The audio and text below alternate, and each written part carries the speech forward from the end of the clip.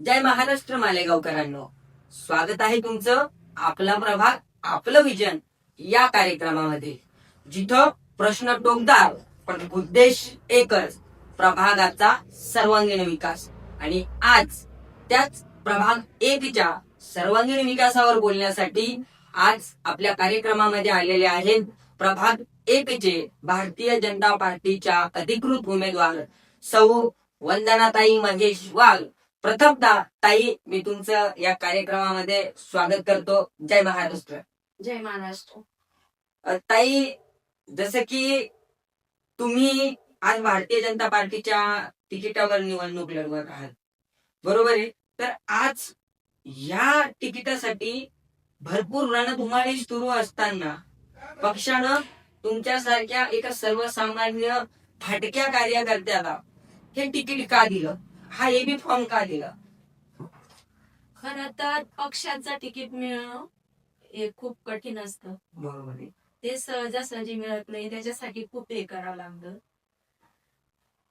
पक्षाने माझे पती मिस्टर महेश वाघ यांचं कार्य बघितलं, समाज कार्य बघितलं, त्यांनी केलेले काम बघितले. माझा पुढचा प्रश्न तुम्हाला असा आहे की महेश काकांचं काम संपूर्ण प्रभागाला ज्ञात आहे.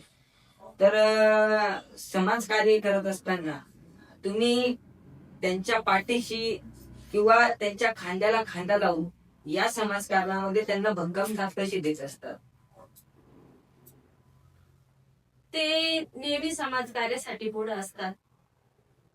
वार्डामध्ये काही सुख दुःख झाले तर त्यांनी कुटुंबाला नाही तर पहिले समाजाला प्राधान्य दिले, समाज कार्याला वेळोवेळी उभे राहिले.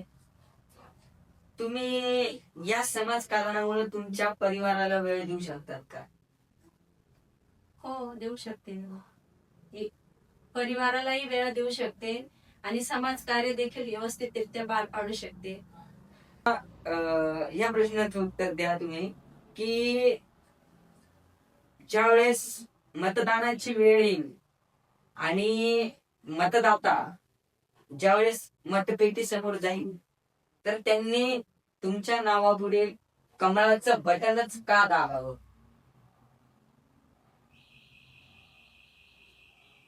जर नागरिकांना खड्डेमुक्त रस्ते हवे असतील, परिसर स्वच्छ हवा असेल, पाण्याची समस्या असेल, मिटवायची असेल,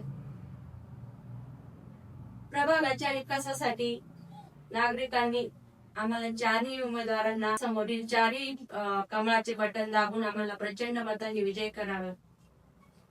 तुम्ही ह्या निवडणुकीमध्ये जर तुम्हाला विजयी गुलाल लागला आणि तुम्ही सभागृहात गेले तर प्रथमतः 100 दिवसात तुमचं या प्रभागासाठी विजन काय असेल?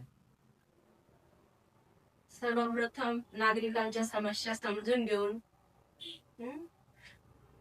त्या सभागृहात मांडून त्यांच्या तोडगा काढी, हेच माझं ध्येय असते. प्रभागातील सर्वांगीण विकास हाच माझा ध्येय असेल. आता तुम्हाला प्रभागातील नागरिकांशी, तुम्हाला प्रभागातील जे तुमचे मतदार आहेत त्या मतदार राजांना काय आव्हान करू शकाल तुम्ही? मतदार राजांना हेच सांगेल की जर तुमच्या प्रभागाचा विकास, सर्वांगीण विकास हवा असेल तुम्हाला, तर आम्हाला चारही उमेदवारांना प्रचंड मतांनी विजय करा. जसे की लोकांना एक समस्या नेहमी असते की लोक निवडणुकीनंतर येत नाही, तर या गोष्टीला छेद देण्यासाठी तुम्ही काय करा?